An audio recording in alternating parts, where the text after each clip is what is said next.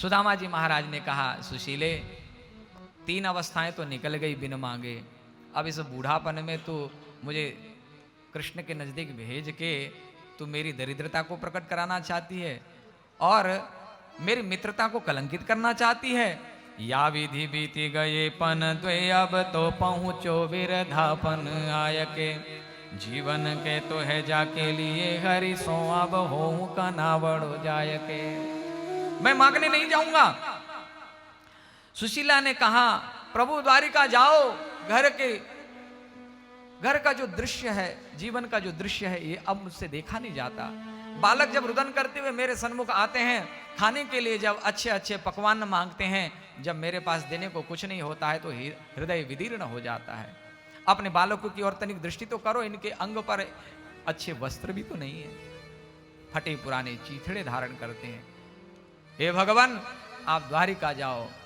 द्वारिका जाहु जो 8 जाम यह जग तेरे, जो न कहो करिए तो बड़ो दुख, जइए कहाँ अपनी गति हेरे। कि द्वार खरे प्रभु के छरियात, भूपति जानन पावत नेरे।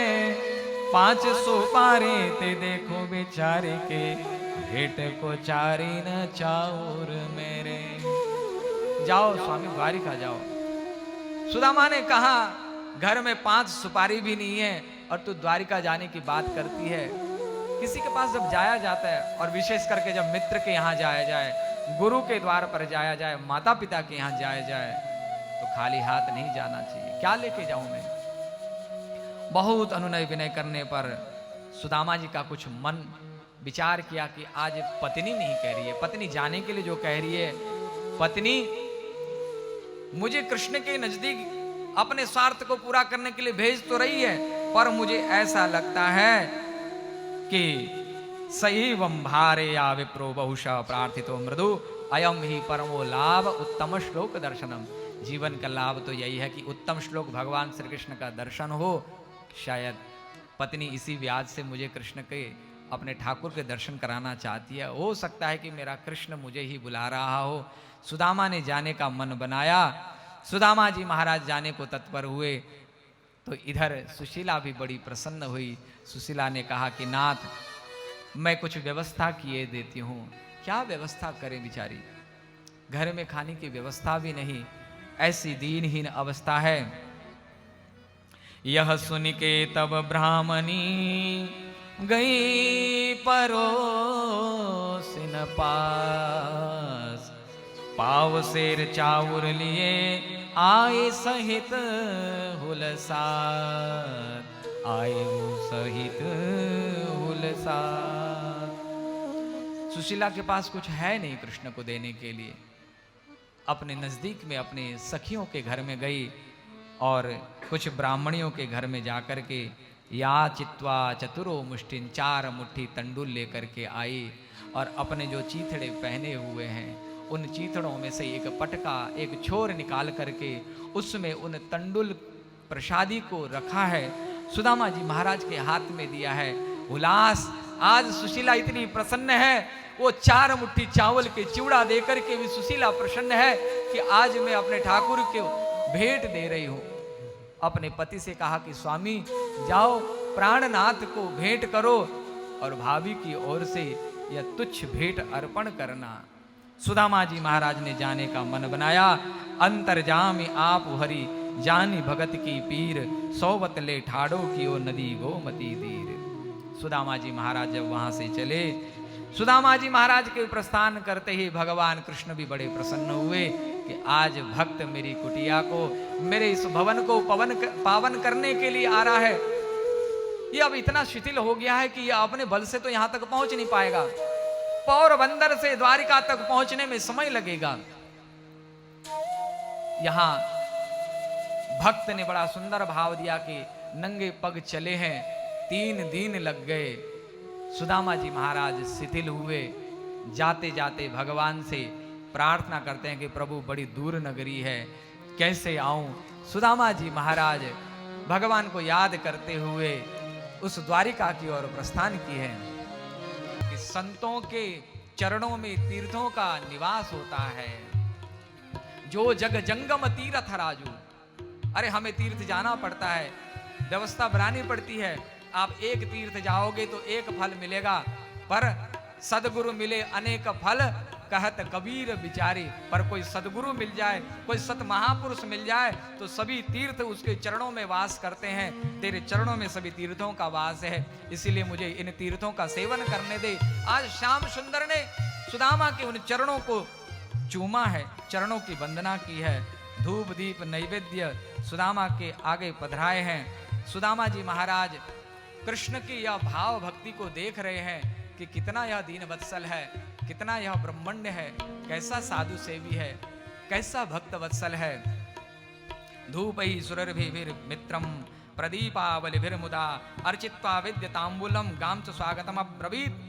आज सुदामा जी का स्वागत किया और इधर सुदामा जी महाराज मन ही मन विचार करते हैं कि मनेन कृतम पुण्यम अवधूतेन भिक्षुणा श्रियाहीनेन लोकेस्मिन् गर्हितेन धमेन च योसौ त्रिलोक गुरुणा श्रीनिवासेन समृतः पर्यंकस्ताम श्रियम हित्वा परिशक्तो ग्रजो यथा। मैंने ऐसा क्या सत्कर्म किया था अपने जीवन में, आज त्रिलोकीनाथ ने मुझे अपने सोने के पलंग पर बिठाया है, स्वर्ण पलंग पर बिठा करके मेरी आवभक्ति की, मुझे अपने हृदय से लगाया है। यह मेरा कैसा आज भाग्य जागा है।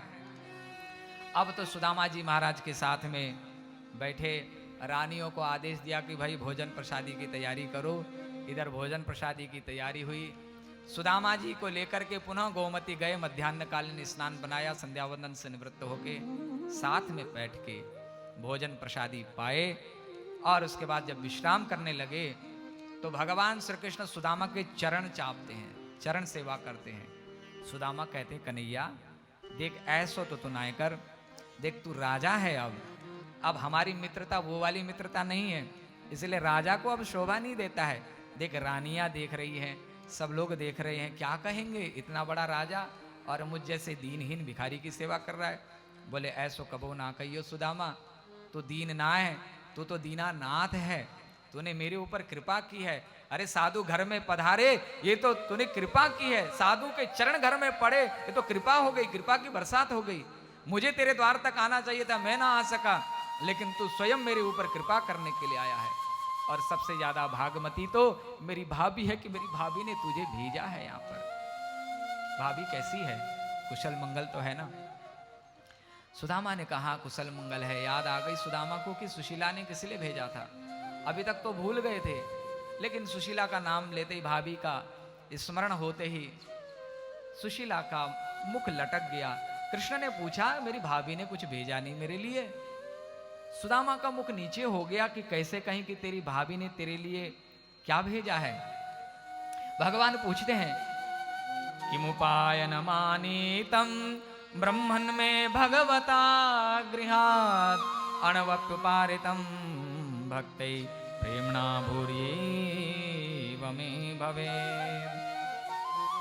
सर्वभूतात्मदृक् साक्षात् तस्यागमन कारणं विज्ञाया चिंतयन्नायं श्रीकामो मा भजत पुरा। भगवान सब जान गए ये अपनी मर्जी से नहीं आया है, पत्नी ने कुछ मांगने के लिए भेजा है, पत्नी की इच्छा पूरी करने के लिए आया है। लेकिन मैं जानता हूं ये मांगेगा कुछ भी नहीं, ये मांगेगा नहीं, लेकिन बिन मांगे मैं इसको सब कुछ दे दूंगा। भगवान ने बिन मांगे सब कुछ दे दिया। पूछा कुछ दिया नहीं भाभी ने। सुदामा ने तो कहा नहीं कि न कहा हाँ, न कहा ना, मुख नीचे कर लिया। भगवान जान गए। भगवान ने पोटली खींच ली, पोटली को खोला, जैसे ही उन तंडुल के दानों को देखा भगवान कृष्ण के नेत्र सजल हो गए। उस भाव प्रसादी को देख करके आज भगवान कृष्ण ने नेत्र मूंद करके भाभी को याद किया। कहा भाभी तूने प्रेम भाव से जो प्रसाद भेजा है ना, अब मैं तेरे घर में महाप्रसाद भेज रहा हूँ, मैं सारा वैभव तेरे यहाँ भेज देता हूँ। अब मन से संकल्प किया, सुदामा को समस्त वैभव दान में दे दिया। एक मुट्ठी तंडुल को पाया है। इति मुष्टिम सकृत जग्ध्वा द्वितीयाम जगदुमाददे तावत् श्रीर्जगृहे हस्तम तत्परा परमिष्ठिनः। द्वितीय मुष्टि जैसी ग्रहण करना चाह रुक्मिणी ने रोक लिया। प्रभु सब कुछ दे दोगे तो हम कहाँ रहेंगे। भगवान ने कहा अरे ऐसा कोई साधु मिले तो संकोच नहीं करना चाहिए देने में, सब कुछ दे करके इनके चरणों के दास बन करके इनकी सेवा में रहो। आज से हम सब कुछ इनको दे देंगे, हम इनके दास बन के रहेंगे। बोले प्रभु ऐसा मत करिए, सृष्टि का विस्तार भी तो करना है। वो प्रसाद सबको बांटा गया और बाल्यकाल की लीलाओं का स्मरण हो आया। कुछ काल रहने के उपरांत सुदामा जी जाना चाहते हैं। भगवान ने सकुशल उनको विदा किया और जाते समय न कृष्ण ने पूछा कि कुछ दूं क्या घर के लिए, कोई अभाव हो तो, न सुदामा ने कहा कि कन्हैया तेरी भाभी ने कुछ मांगा है दे दे, न लेने वाले ने मांगा जिस काम के लिए आया था, जिस प्रयोजन से, न उसने कहा कि मैं किसी प्रयोजन से आया था, और न देने वाले ने बताया कि मैं तुझे क्या दे रहा हूं। कहने का प्रयोजन, दाता हो तो ऐसा कि बिन मांगे देवे, और लेने वाले को भी ये चाहिए कि देने वाले को संकोच में ना डाले। संबंध में कभी संकोच में नहीं डालना चाहिए। सामने वाले को भी समझना चाहिए कि कहीं हमारे कुछ कहने से वो संकोच में तो नहीं आ जाएंगे। और संबंध सदैव टिके रहेंगे जब आप दूसरे को संकोच में नहीं डालेंगे। हमें जब देने की प्रवृत्ति होगी, लेने की प्रवृत्ति नहीं होगी, तो हमारा संबंध सदैव मजबूत बना रहेगा। देखिए, जिसका मित्र पर ब्रह्म हो, जगन नारायण हो, जगन्नाथ हो, जगन्नाथ जिसका मित्र हो, हम लोग कहते हैं ना हमारी पहुंच है। कहां तक पहुंच है? निगम पार्षद तक, एमएलए तक, एमपी तक, मिनिस्ट्री तक, कैबिनेट तक, कहां तक पहुंच है?